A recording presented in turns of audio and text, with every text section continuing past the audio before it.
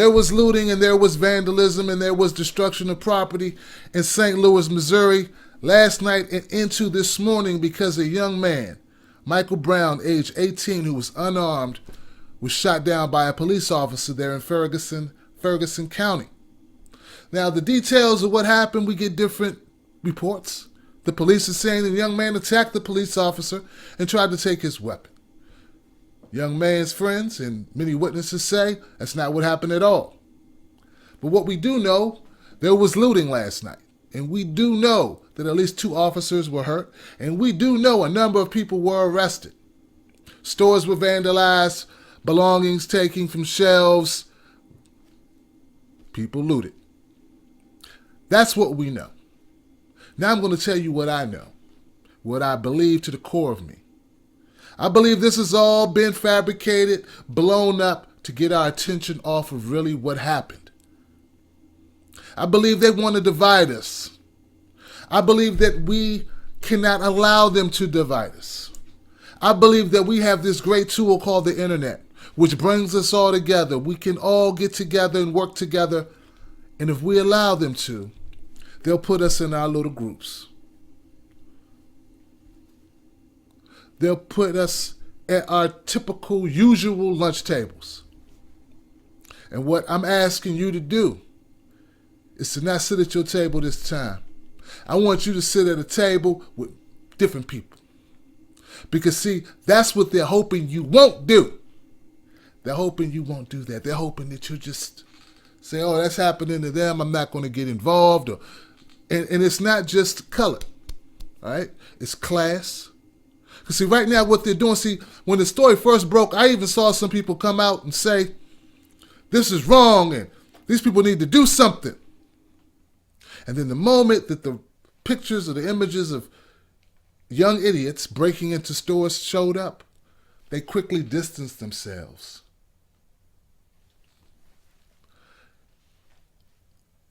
And that's a true tale about their commitment, their level of commitment to the actual problem that occurred. Because see, what actually happened was a young man was killed in broad daylight in the middle of the day. His body lay in the street for hours. This happened Friday afternoon. No official word from the police officers. No official press conference. They delayed it. People sat around waiting. No real response.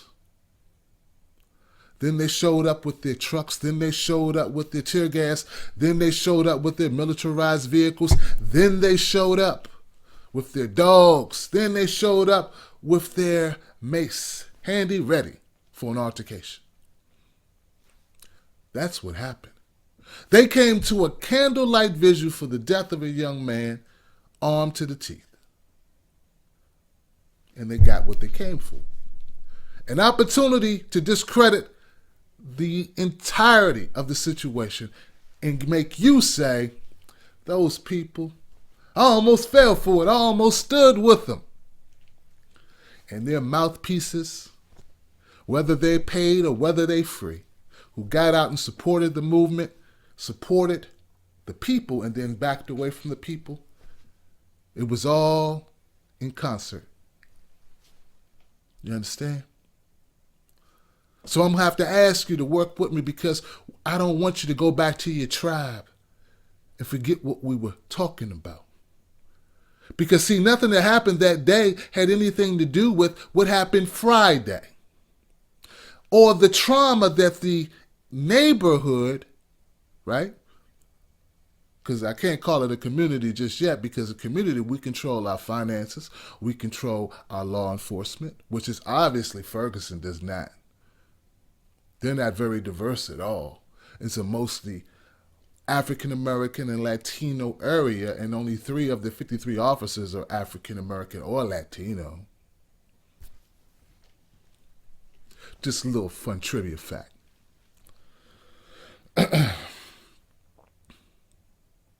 So in this neighborhood who suffered this traumatic situation, there was no word.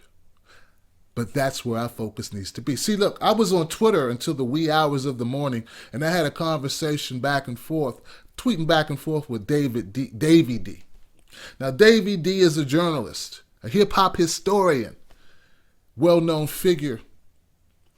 And he sent me some pictures of the aftermath of the San Francisco World Series. Just put those on the screen for you. And as you can see here, there was some looting going on. There was some stuff broke and fire set, and people just had their way with this, with the area, with the businesses, just had their way. Did their thing. Why? Because they wanted to. Did you hear about it? Maybe if you lived in San Francisco, you heard about the San Francisco riots that occurred after the World Series win. Get where I'm going? See, look. There was the death of a young man, 18 years old, who was unarmed. People were upset.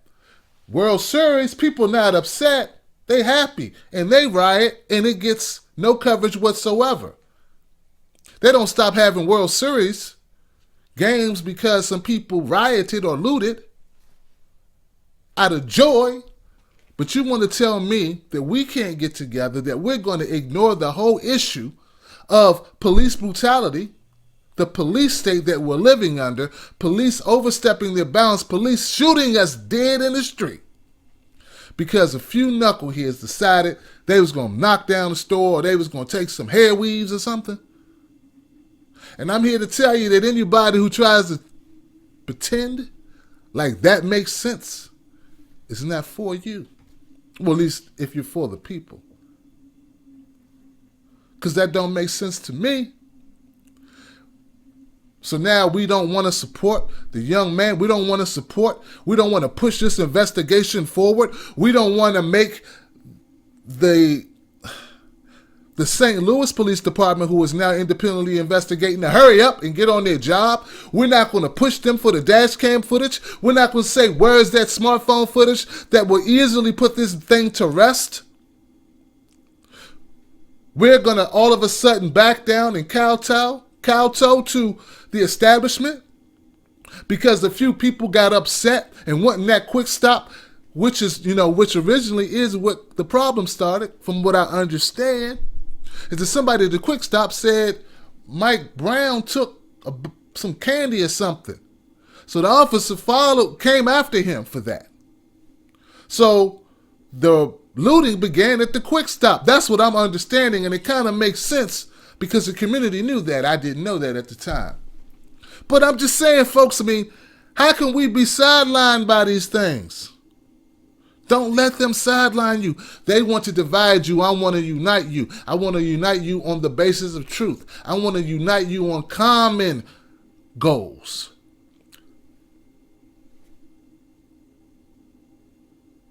Now, I still don't know exactly what happened because I'm getting different stories, one from the witnesses, one from the police. But since the police are the ones who took the life of this young man, it's up to the police to vindicate themselves and to show us their proof that this went down correctly. Because we all can agree on one thing. The young man had no gun. He has no weapons. He ends up dead. He lays in the ground for 3, 4, 5, 5 hours? Still no official word of what they're doing other than they're looking into it. It's been over 24, 48 hours, still no official word. And now they're going to say, well, since you tore down some stores, I'm sure public opinion will be against them. Martin Luther King said a riot is the language of the unheard. We should not demonize the people that caused this. I don't want to support them for it. I don't think it was a good idea. I think it puts a bad shadow on what we're trying to do, but I understand how people manipulate that.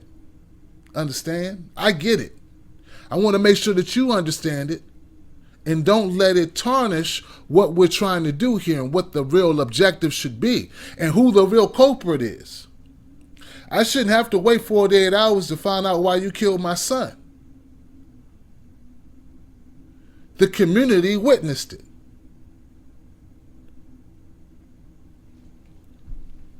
And if what the community is saying is true, I think we can understand why they're upset. But still, I don't condone, nor do I support breaking in a store. For what? But let's not act like stealing some fast food is the equivalent of taking Michael Brown's unarmed life in the middle of the street on a Friday afternoon. And to the people, or to the person, I should say, so let me not act as if it was just the one. To the person who said to me, why are you talking about this when there's black on black crime every day? I will answer you, sir, with this. A man should never ask a woman, why are you complaining about rape when women are having consensual sex every day?